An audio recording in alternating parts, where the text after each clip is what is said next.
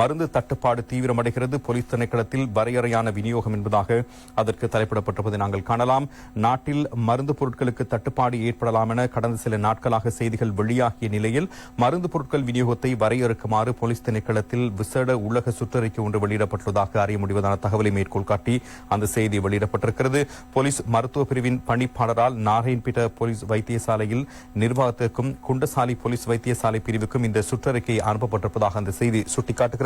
அரசாங்க வைத்தியசாலைகளிலும் போலீஸ் வைத்தியசாலைகளிலும் நிலவும் மருந்து பற்றாக்குறையை சமாளிக்கும் வகையில் நலன்புரி பிரிவுக்கு பொறுப்பான பிரதி போலீஸ் மா அதிபர் வழங்கிய வாய்மூல உத்தரவின்படி ஜனவரி 3ஆம் தேதியிலிருந்து மறு அறிவித்தல் வரை விடுக்கப்படும் வரை போலீஸ் வைத்தியசாலை விசேட மருத்துவ சிகிச்சை மூலம் 2 மாதங்களுக்கு வழங்கப்படும் மருந்து பொருட்களை 1 மாத காலத்துக்கும், வெளிநாடுகளுக்கு செல்லும் போலீஸ்காக 3 மாத காலங்களுக்கு வழங்கப்படும் மருந்துகளை 1.5 மாத காலத்துக்கும் வரையறுத்து வழங்க நடவடிக்கை எடுக்குமாறும் அந்த உள்ளக சுற்றறிக்கையில் மேலும் குறிப்பிடப்பட்டிருப்பதான தகவலாக அந்த செய்தி வெளிப்படுத்தப்பட்டிருப்பதை நாங்கள் அவதானிக்கக்கூடியதாக இருக்கிறது.